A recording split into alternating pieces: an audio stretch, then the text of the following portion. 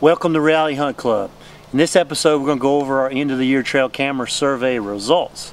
We're going to pull our 26 cameras like this one, and we're going to look at the SD cards, and we're going to see what kind of information we can gather from that. Like I said, today we're pulling these 26 cameras, plus we found one camera that one of our hunting club members supposedly lost, and we stumbled up upon it. So we've actually got 27. Now it's basically about 3 weeks after we put the cameras out. So we're in the process of getting all of course the SD cards, and stay tuned and let's see what kind of results we have. And after we look at the results for each camera stations, then I'm gonna draw some general conclusion and tell you how effective I think our 2010-2011 trail camera end of the year survey was. That's a lot to say. But anyway, this will be the second year we've done it, so I'll have something to compare it to. So stay tuned and let's look at these photos now. Okay, let's use Google Earth and let's fly into our trail camera locations. All 26 of them. Here it comes up on the screen. Alright, the first camera location we're going to go to is a spot we call behind the Red Gate Lake.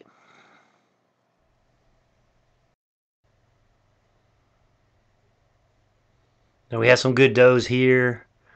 Not quite sure what those two does are doing right there. I guess they're jockeying over the corn. There's a young buck. He just dropped his antlers. And one of our shooters, this one we call the down buck. And I was glad to see him make it.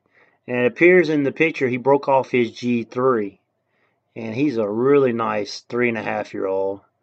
He scored about 120 inches on the buck score software that I've talked about before. And he's in there with these 4 bucks. Now we didn't really see him a lot during the season other than the photos we got early before the rut. And after that he was gone. But I'm glad he was, because he's not a mature deer. Next year he'll be a 4.5-year-old deer, so he's going to be a mature deer, obviously, for being 4.5. So hoping he puts on 15, 20 inches and you jump up that 140, 145 range. A really beautiful looking deer. Looks healthy, really good body, real good frame. And that's a nice little yearling buck in front that's traveling with him too. So really excited about him. He's one of 3 named bucks that we know actually made it on this trail camera survey. Of course, we know there's more that made it. Not all the local guys kill them all. So anyway, that was a good set of pictures right there. Alright, so it was 4 of them. Alright, let's go to our next camera location as we're zooming in.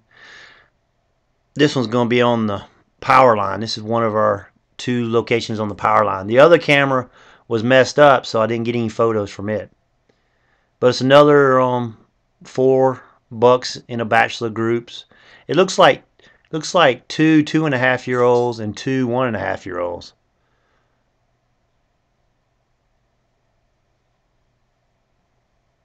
The 2.5-year-olds look really, really nice. But once again, the body weights look good. They look like they're good and healthy.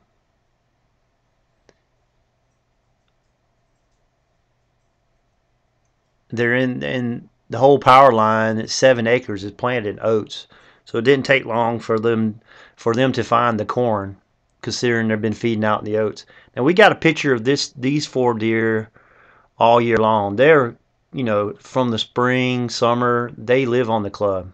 So nice bucks, nice 2.5-year-old buck there. All right, let's get another location. Looks like we're zooming into a location we call the Cube. It's a roadbed food plot. It's about 20 yards off that. Nice little buck here.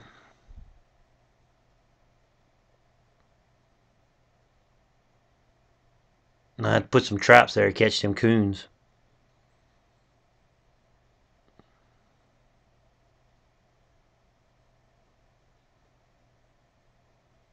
Anyway, as you can see, there's a couple bucks there. Now this one I can't remember seeing. Of course, we get so many pictures of bucks, but this is a nice 2.5-year-old. Looks like he's a 6 point this year. Once again, they look healthy and they're enjoying that corn. It's a little spike. Nice young deer. Looks like one of the deer from the power line that we just looked at just a minute ago. And a real close-up view. He really wanted to see what was going on with that camera. All right, and the next location is a location we call the Gap. And this buck's called Suvey. Now, I'm going to do a special episode on Suvey. And he's a 3.5-year-old buck that we've been watching for a couple months. He seems like he was on the club. We got him confused with another buck that was very similar. And then he went off the club, and then he came back in January. And let me tell you, when he came back in January, he's going all over the place, eating corn piles. We got him on 5, 6 cameras. I'm going to do a special episode of just following Suvey. Hadn't figured out what I'm going to title it, but got so many photos of him, we can follow him around in a week or 2 week period. So I just don't have time to show you in this episode. So anyway, he's a good looking deer. I never get tired of seeing his picture. Of course, he's a mainframe 8. And he's actually traveling with these couple does right here.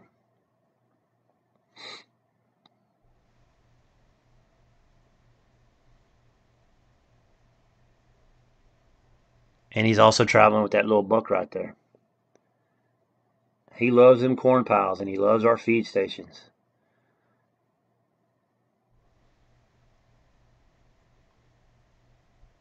If he keeps continuing showing up like this, we're talking about picking a location that he frequents, which is a bunch of different corn stations, and trying to get a supplement feeder in front of him. If he'll eat that supplement feed like he eats that corn, then maybe we can get an opportunity to maybe put 5-10 more inches on his antler growth during May, June, and July than he normally would have, and just see how fast we can see how much farther we could get him to blow up during his antler growing season. All right, we're zooming in. Let me see where we're zooming in now. Okay, we're going to the Boneyard Woods. Okay.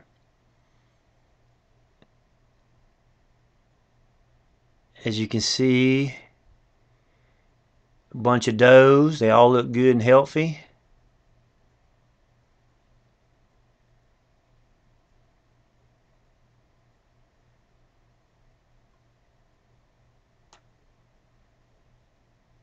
It's totally amazing what you can learn from these trail cameras. You can also learn the picking orders of a herd, like what's the mature does. I think this is a group of pictures of where one of the does rears back and runs off the other does. Let me see. I think it's coming up, if I remember correctly.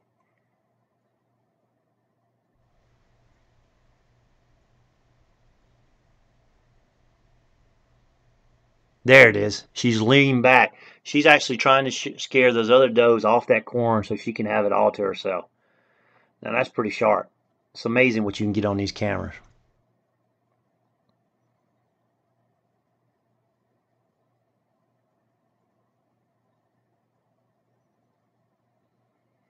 All right, just a few more pictures. And that's a oats food plot. So they're didn't take long for them to find the corn there neither. But they had really mowed that food plot down. It looks like we took a riding lawnmower and cut it. So it was real interesting about that.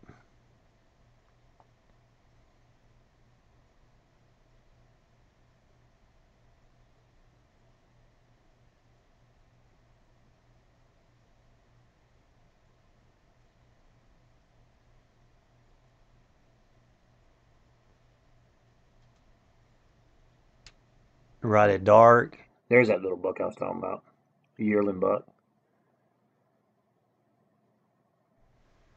Alright, now that's what the next location is going to be.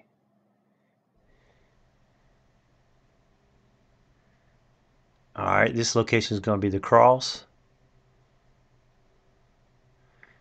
And this is on the different side of the club, and just look at the amount of does that we have.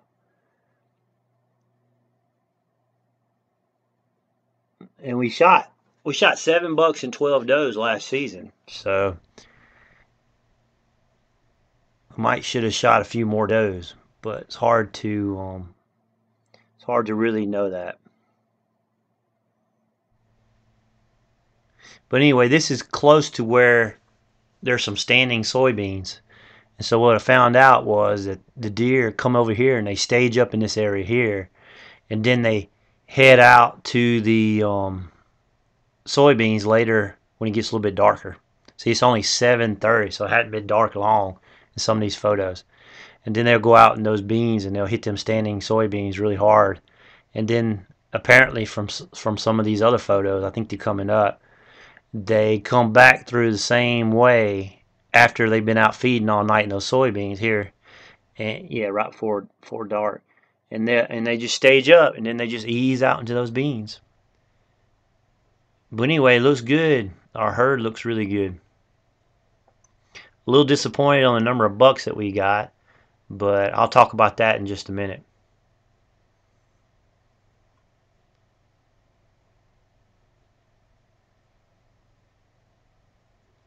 I think there's 7 or 8 in this group. I call this one the jailbreak group.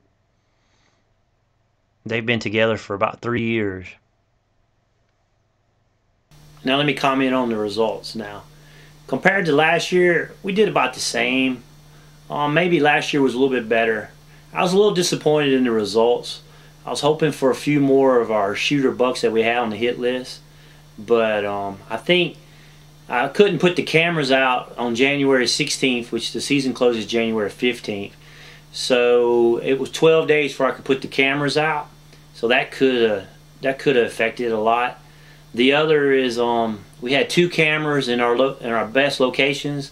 One of them failed completely. The other one just did not take photos. So last year we got half our bucks on these 2 locations, and this year the cameras failed. The corn was all gone, so I kind of felt like we'd have got a couple more bucks if we would have had that location.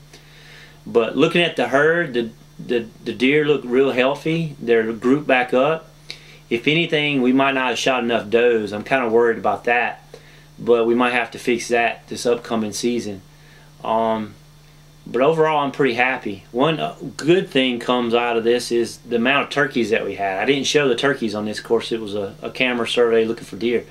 But we have a great flock of turkeys that we're really looking forward to hunting. So that was our trail camera survey. And I'm going to do a special on Suvey.